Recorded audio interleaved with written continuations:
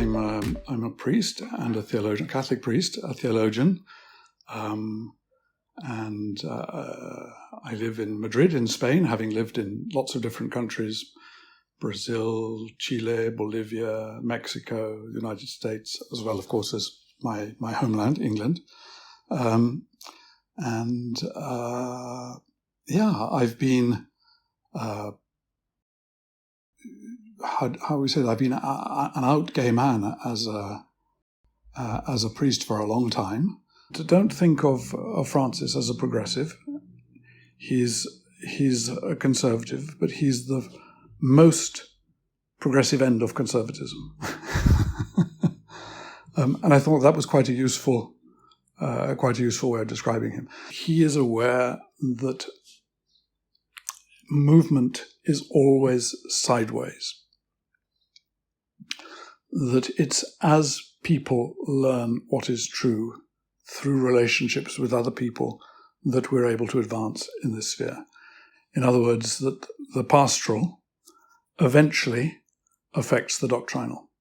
And what he's always trying to keep open is the possibility of people changing and allowing change to be produced, which is why,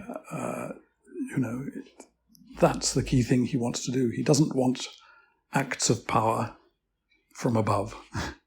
He knows, for instance, how many of the people in the Vatican who are his enemies are frightened closet people who want a strict world because it's what keeps them together. It helps keep their world together. But I think it's always better to assume that there is a good, that there is a good integrity, that rather than simply schizophrenic positions. The first question is how not to be obsessed by the hierarchy. They are not very important, certainly not as important as they think they are. And the really important things that you can do are to be done at the ordinary social, human, civic level with your family, with your friends, with your village, with your city. That's the way we really do things. Sometimes it becomes possible to talk to the hierarchy, but it should only ever be an accidental thing. Hierarchy are generally too frightened to talk honestly about this. Sometimes, when you get really good groups, for instance, I think this is often the way of the parents' groups. It's been the groups of parents of LGBT believers in different countries. It's when you get the parents' groups that they are able to go and dialogue with the hierarchy, because whereas the hierarchy is often very frightened to talk to gay and lesbian people, mainly because they're aware that many of the gay and lesbian people are like themselves, and if you like, it's too frightening. Whereas it's much, much easier for them to talk to the parents of gay and lesbian people because, of course, they know that it's not the faults of parents and gay and lesbian people, and they have no moral condemnation of the parents. Church authority is very good at playing culture war games, and activists of any sort are very good at playing culture war games. But then you end up with a world which suits both parties, in which each is each other's necessary bad guy, which makes each one feel better about themselves, but actually doesn't allow anything really to change.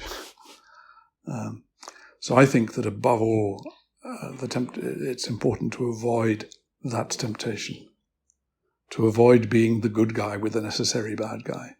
Anyone who thinks that gay priests are a minority in the church is likely to be disabused if they spend much time meeting with priests over time. Remember, of course, that there is the closet in the strictest sense of nobody knows, and then there is the ecclesiastical closet, which is everybody knows and nobody knows, so long as we don't talk about it. It's a huge don't ask, don't tell. Civil society was very dangerous for gay people. Blackmail, suicide, disease, murder, these were regular parts of life. in all Western societies until comparatively recently. There were exceptional periods of relative freedom, such as in the Weimar Republic in Germany, but this was not life for most people most of the time. So for a long time, the safest place for gay people was the clergy. As civil society became a more peaceful place, the don't ask, don't tell world in the church suddenly started to become much crueler, because it was beginning to enforce what had previously been unenforced don't ask, don't tell, because it was the safe space. But then suddenly, as things became easier outside and visibility became possible, you started having this much more enforced don't ask, don't tell. In other words, it became something like a form of emotional blackmail, which it hadn't been before. It had been the safest and freest space before. When people realize how trapped they are, how long they long to be free and long to be honest, and yet are aware that if they were honest, they wouldn't be able to do any of the good things that they are able to do. If they remain dishonest, they're destroying themselves. This is an awful place to be. And actually, there was some very good interview done by the BBC with relation to priests in Brazil, which brought out how much agony and pain this causes. When the clerical closet is no longer an obligatory form of life, then both for lay people and for clergy, the world is going to be a whole lot easier to cope with. In many parts of the world, not anything like enough, the ordinary experience of many gay and lesbian Catholics is actually that their church is quite affirming.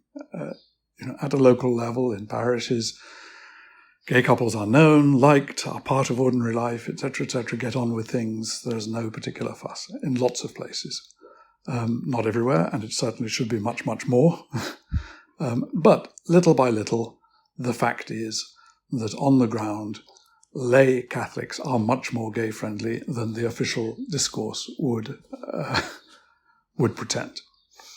Sensible church authorities are aware that they have a massive evangelization problem on their hands.